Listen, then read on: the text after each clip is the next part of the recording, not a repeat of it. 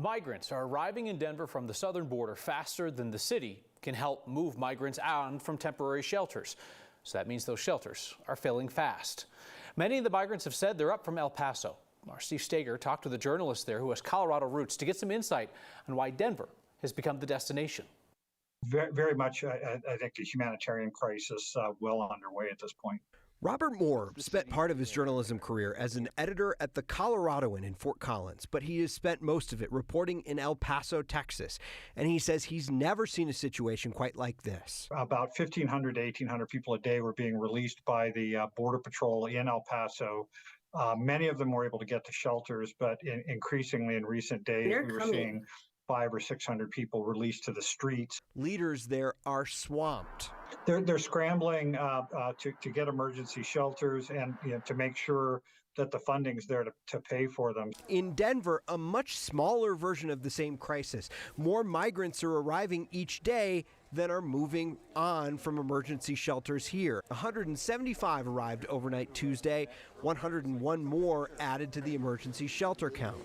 Why are they coming here? I think it has a good airport and good transportation hubs. That's the main thing. I don't think for most of the people, the end destination is Denver. Moore says they may also be getting some help from non-governmental organizations, NGOs, on the ground in El Paso. But I think you still are probably seeing some NGO activity that's not chartering buses, but really helping people who want to get there and can afford a ticket to get to Denver so that they can connect to other locations. As El Paso scrambles to prepare for as many as 5,000 migrants arriving each day should a Trump-era immigration policy end, Denver is too.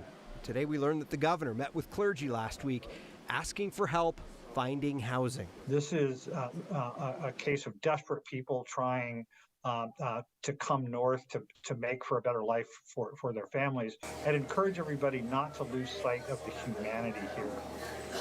So I talked to the emergency manager in El Paso County, Colorado today, who told me they haven't seen an influx of migrants in Colorado Springs, but they're ready for it should Trump-era immigration policy Title 42 come to an end. He says that they are in talks to potentially support Denver should the city need more help in its emergency shelters. But all of that is still being worked out. They got to figure out if they have the right people there who might be able to help in Denver. It needs to be someone with some sort of shelter training to be able to come in and help out the city.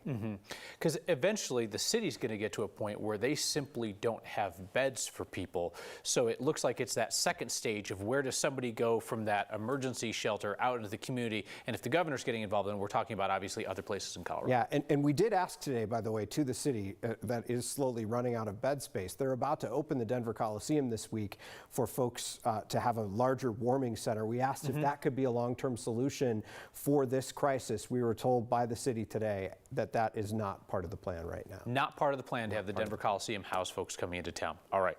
Thank you, Steve.